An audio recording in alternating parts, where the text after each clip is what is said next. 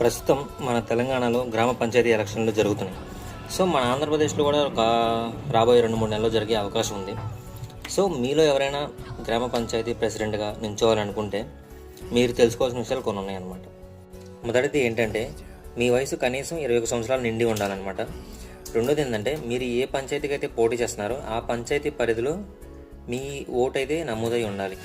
మూడోది ఏంటంటే మీరు కనీసం చదవటం రాయటం వచ్చి ఉండాలన్నమాట.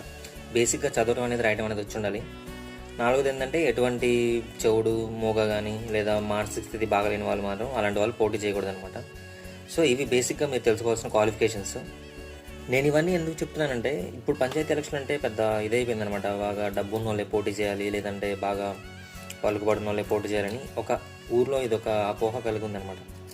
సో మన పంచాయతీ ఎలక్షన్స్లోకి యువత అనేది రావాలన్నమాట. మార్పు అనేది ఫస్ట్ మార్పుని మనం విలేజ్ లెవెల్ నుంచే స్టార్ట్ చేయాలి. విలేజ్ వాళ్ళు ఎప్పుడైతే డబ్బు కోసం ఓటేయకుండా యువత చదువుకున్న వాళ్ళకి యువతను ఎవరైతే ఊరిని మార్చగలుగుతారు అనుకునే వాళ్ళకి ఓటేస్తే మాత్రం అప్పుడు మార్పు మొదలైద్ది అనమాట. సో మనం బేసిక్గా పంచాయతీ లెవెల్ నుంచి మన మార్పుని మొదలైతే అది చిన్న చిన్నగా పైకి ఇంకా మార్పు మొదలైద్ది అనమాట. సో నేను చెప్పేదంటే యువత ఎక్కువ పాల్గొనండి పంచాయతీ ఎలక్షన్లో. మీరు జస్ట్ ఫస్ట్ నామినేషన్ వేసేయండి. నామినేషన్ డేట్ రాగానే నామినేషన్ వేసేయండి. సో నామినేషన్ వేసిన తర్వాత మీ మేనిఫెస్టో అనేది క్లియర్గా మెన్షన్ చేయండి అనమాట. మీ విలేజ్లో ఏమేమైతే లేవో, ఏదైతే మీకు ఇంతకుముందు జరగలేదో, ఇంతకుముందు సర్పంచ్ ఉన్నప్పుడు మీకు జరగలేదో అవన్నీ ఒక లిస్ట్గా రాసుకొని మీ వచ్చిన తర్వాత ఒక 15 వర్క్స్ ఉంటాయి కదా, అవన్నీ ఒక పేపర్లో రాసుకొని పాంప్లెట్లో అవి పనిచేయండి అనమాట. ఊరంతా మీరు చెప్పండి అందరికీ. మీరు 1-2 రోజులు కూలీ డబ్బుల కోసం ఓటు మాత్రం వేస్తే మాత్రం వాళ్ళ తర్వాత మీకు ఏం చేయరు.